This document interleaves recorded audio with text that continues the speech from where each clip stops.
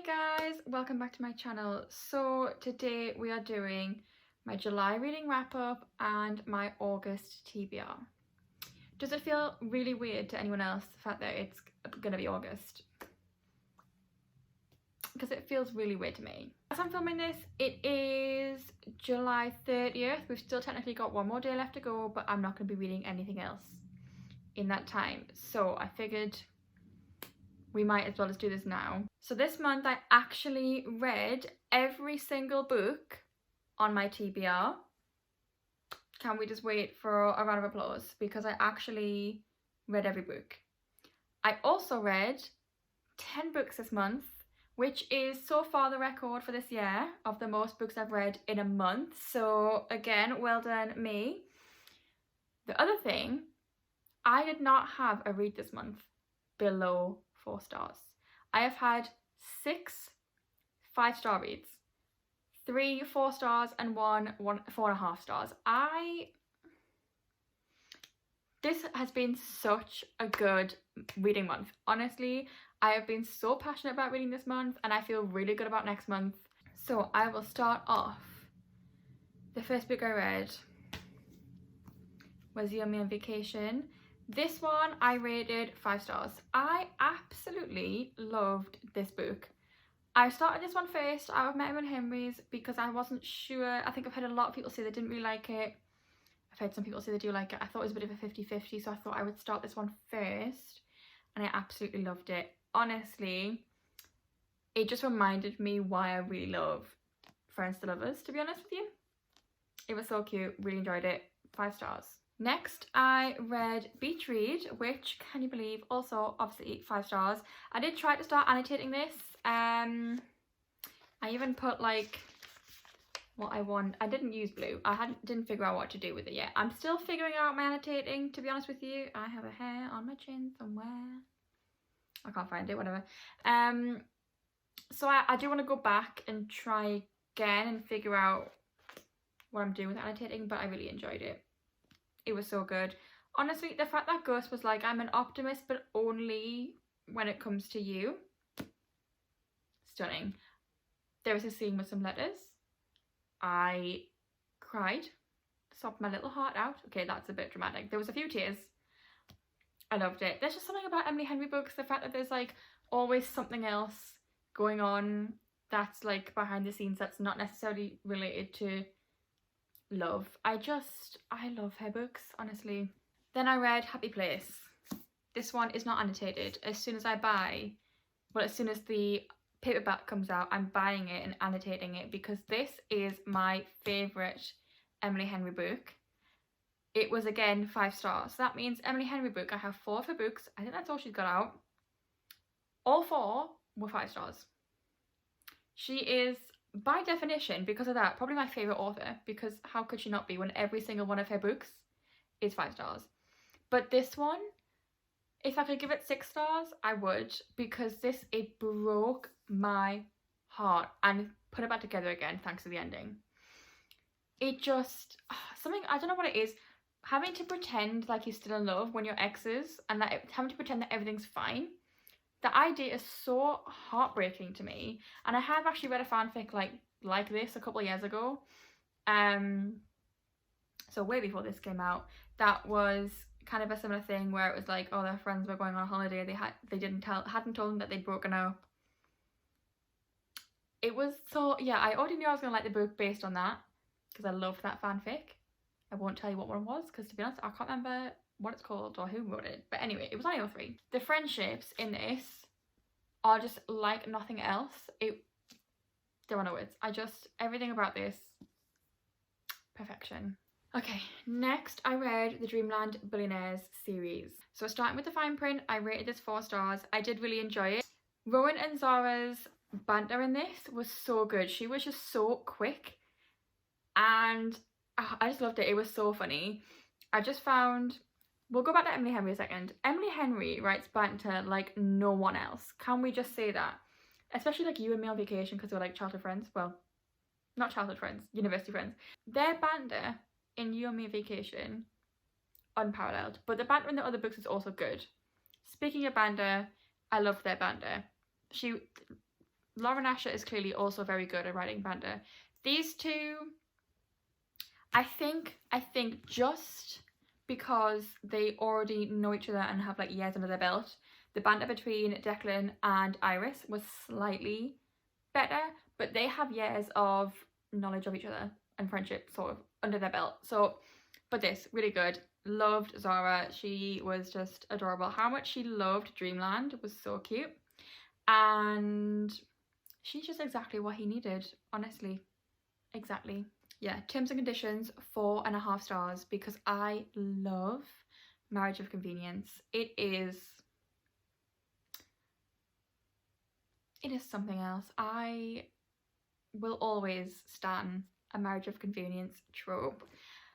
Iris, do we even need words? She is a great FMC. She's so funny. The way she's just like, one of the sort of plot points in this is that Iris is dyslexic and always felt stupid, so she just worked so hard to kind of prove that she could do it and that she wasn't stupid. And it was just like her like organization, she just got shit done. Anything that needed to be done, she could do it. She was absolutely amazing. Anyone who has an assistant needs an assistant like Iris. She's great. And Declan sometimes takes it for granted, but at the same time he also knows he would never find an assistant like her, and he does really appreciate everything she does for him. And they're just a perfect match. They really are. Again, the banter is so good, even though Declan is literally a robot for like the majority of this. Honestly, Rowan is a bit of a robot, but Declan's even worse. Like, Declan is fully robotic for the majority. He softens up, obviously. The love of a good woman will always soften a man, but yeah, loved. And then we have Final Offer. This one is 5 stars. I'm a bit funny with second chance romance. Sometimes I'm not bothered because I'm like, you know what, if you broke up, you broke up for a reason. This is the exception, and also Happy Place is also the exception. And we have another one that's also, I read 3 second chance romances this month. What? Anyway, yeah, I love this. I think Alana is just an absolute angel for sticking by Carl, even through everything. And I'm so proud of Carl for how much work he really puts in to starting to believe in himself, to better himself. He just has really good character development. And the relationship he has with Cammy is so adorable. Cammy is one of the cutest kids. Sometimes kids are written too old for what they are, and I think it's borderline like that in this, but she's just adorable, so I don't care, you know? And his relationship with her is adorable. Honestly, he is basically like, you are small and precious and I love you, and I just want to throw everything you could ever want to you. Maybe not at you. I was going to say throw it at you. He would never throw anything at her. Like, she's precious to him. But he's like, I just want to give you the world. And it's so adorable because it's not even his kid. We love a man that can love a single parent and their child. I love Cal. Okay, then I read It Ends With Us. I have the beautiful limited edition. Yeah. Anyway, this one I rated 4 stars.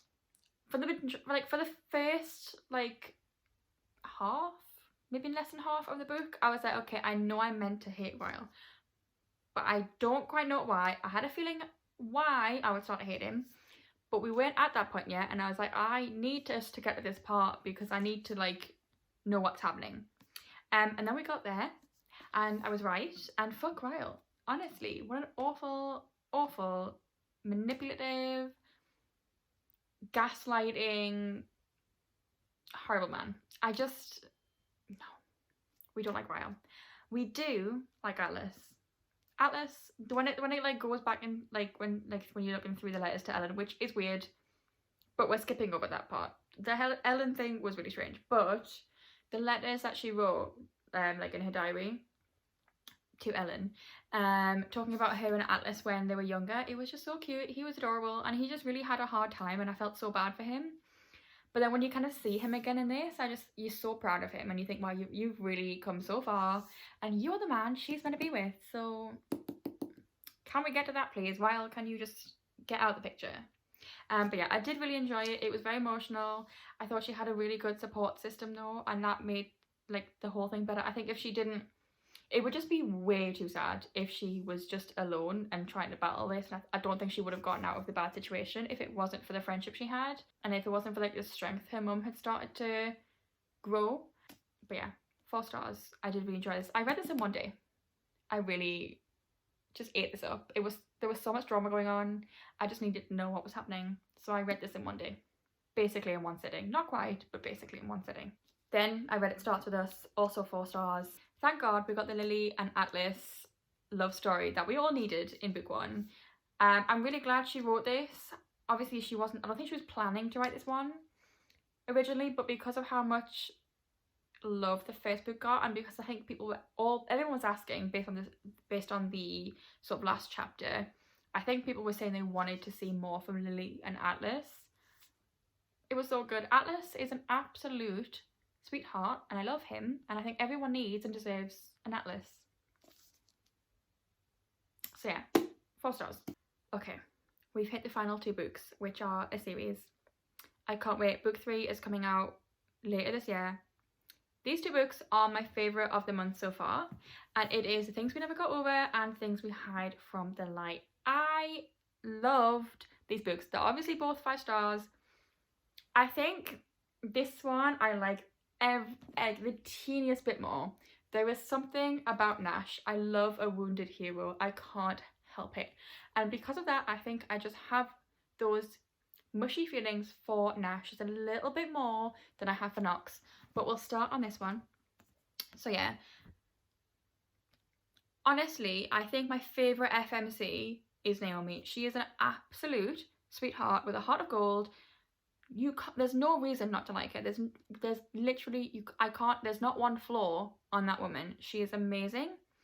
She, aside from being a people pleaser, which isn't even a flaw, it's not good for her all the time, but she's amazing. But the found family in this series, in this book, well, in both of them really, but it's like formed in this one, I suppose.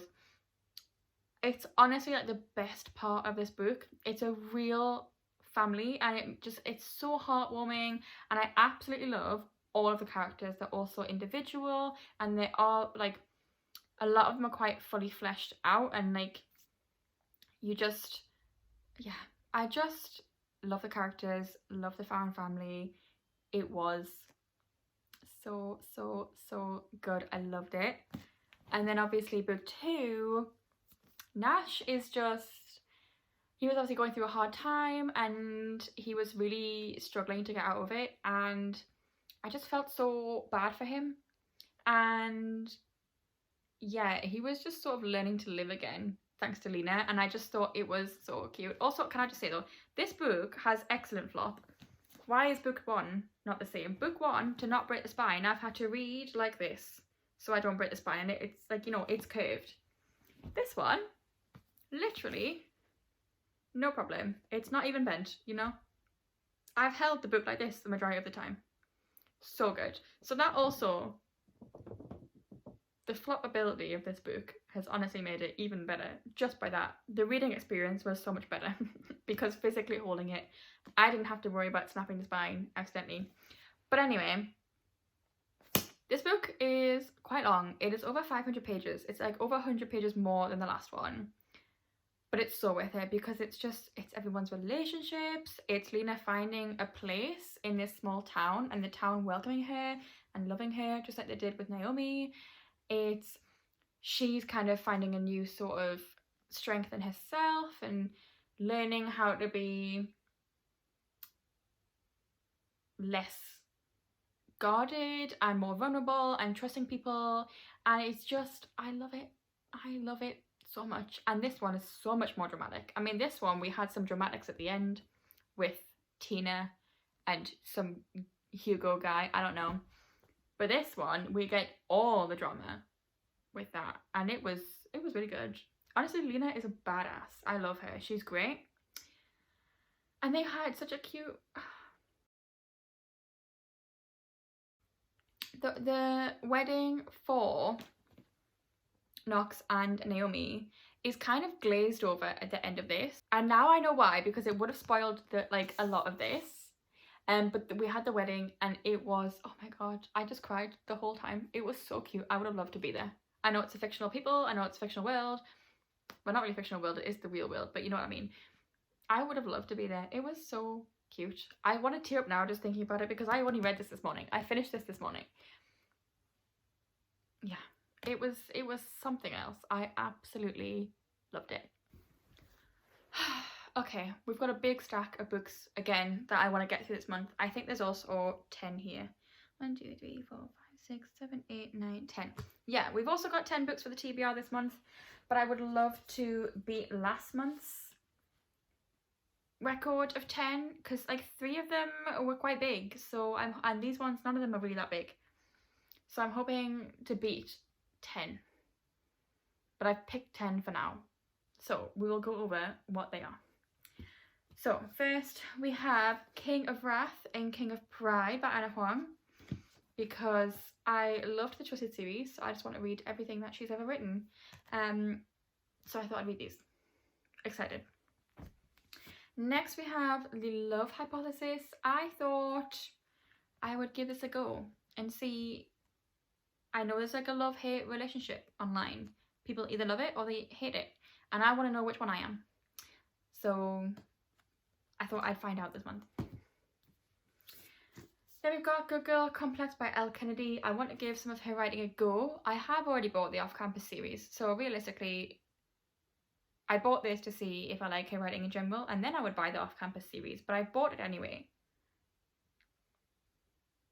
So it's too late. And I also DNF'd this last time I tried to read it after one chapter. But I was also in the middle of Akatar, so I think it's more because of that than the book. But we'll see. I'm going to give it another go. We'll try. And then we've got Set on You and X's and O's by Amy Lee. This is like a little sort of interconnected duology. I thought they'd be cute. They feel summery because of the colours, and I'm clinging on to summer, even though this month has been the most monsoon like summer we've ever had in England. It's just rained the entire month. What's that about? But anyway, I want to keep a head on. I just want to keep a hold of summer for a bit longer, and these look summery, so I thought, why not? And finally, I want to read the Chestnut Spring series. I've just bought Flawless. I got these 3 as like a duo from Books the Door. It literally came yesterday. And then obviously Hopeless comes out later in the year. But I can't, I'm so excited to read these. It's not even funny. It's the same as it was for the fine print series. I need to read these now. And I will do a reading vlog on these. So look out for that. My reading vlog for the Dreamland Billionaires series will be coming out after this video. It might not be straight after this video. It will be up this month. In the next like week or 2, it will be up. But yeah, I'm dying to read these. I'm so excited. So I might read them first. We will see. I might not, because I'm probably gonna want to binge them all really quickly, and I've got like a week off, so I might read them then. But anyway, that is it for this video. This is what I read last month and what I want to read this month. Let me know what you have on your TBR this month, because I always need more books to read. Even though I have an overwhelming amount of books that I want to read right this second, it's a little overwhelming. And by little, I mean very. It's really hard. And I had to really pick the Chestnut Spring series to be first. It's hard having a book obsession. Anyway. Okay, I'm gonna go. I hope you enjoyed. If you did, give me a thumbs up, or give the video a thumbs up. Subscribe down below if you haven't already, and like I say, let me know what's on your TBR for August in the comments down below, because I'm very interested to see what people are reading. I always love to see it. So yeah, I will see you next time. Bye.